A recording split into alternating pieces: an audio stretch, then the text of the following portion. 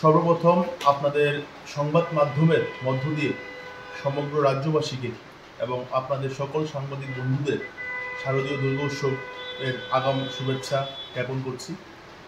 আপনারা হয়তো অবগত আছেন, বিগত কিছুদিন আগে এই 2024 সালের শারদীয় দুর্গোৎসবের এবছর যে পুজোর প্রস্তুতি বৈঠক এবং আমাদের ক্লাবের পুজো কমিটি গঠন করা হয়েছে, তার উপর ভিত্তি করেই আমাদের আর পুজো বেশি দিন নেই, হাতে গোনা কয়েকটা দিন আছে।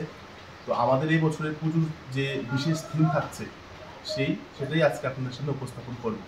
আপনারা এটাও অবগত আছেন, বিগত বছরগুলিতে আমাদের রাউতখোলা যুব সংস্থা ক্লাব বরাবরই কোনো না কোনো ইনোভেটিভ থিমের উপর ভিত্তি করে পূজা করে আসছি আমরা।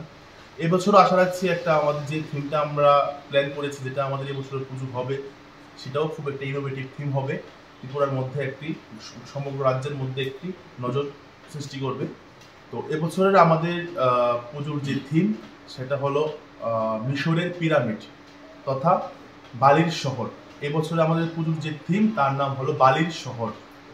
তো বিগত বছরগুলির মতো আমাদের গোটা রাজ্যের সাথে আমাদের বিশালগড়ের রাউতখোলা যুব সংস্থা ক্লাব যেভাবে একটি নজর বন্দি করেছেন, একটি সুন্দর একটি বিগত বছরগুলির ন্যায় এবছরে একটি সেরকমভাবে আমরা একটি থিম আমরা গোটা রাজ্যবাসীকে আমরা একটি উপহার দিতে যাচ্ছি, সেটা সময়ের অপেক্ষা। বাজেটটা কত হচ্ছে এবছরে আমাদের পুঁজির বাজেট প্রায় 25 লক্ষ টাকা। আর উচ্চতা কত হবে? উচ্চতা আমাদের পড়াশোনার যে গাইডলাইন আছে তার উপর ভিত্তি করে আমরা সেইভাবে আমাদের প্যান্ডেল তৈরি করি। শিল্পীরা কি এখানকারই নাকি বাইরে? না, শিল্পীরা প্যান্ডেলে যে শিল্পী আছে উনি আগরতলারই, কিন্তু সব শিল্পীরা যারা আছেন, যারা কাজ করবেন আমাদের প্যান্ডেলে, ওরা সবাই কলকাতা। প্যান্ডেলের কি কোনো বিশেষত্ব আছে?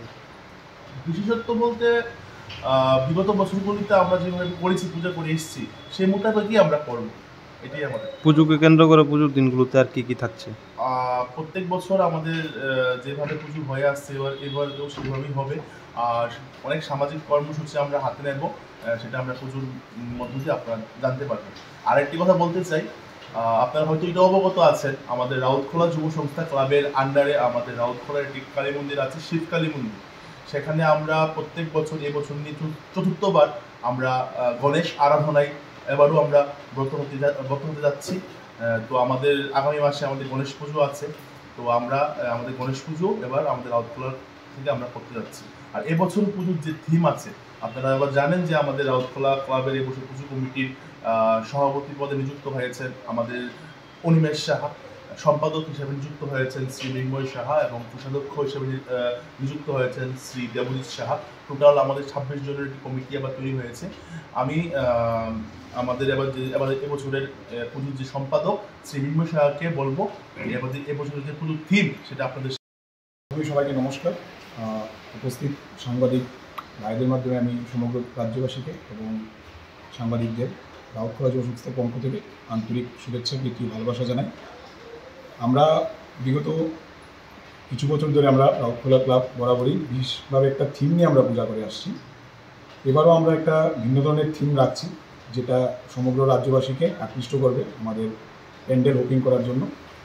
আমাদের যে থিমটা সেটা হচ্ছে মিশরের পিরামিড, যেটাকে আমরা বলি the great pyramid of Giza. থিমের নামটা আমরা রেখেছি বালির শহর, যেহেতু আমরা সবাই জানি যে মিশর একটি বালির উপর অবস্থিত পৃথিবীর 7ম আশ্চর্যের একটি মিশরের পিরামিড।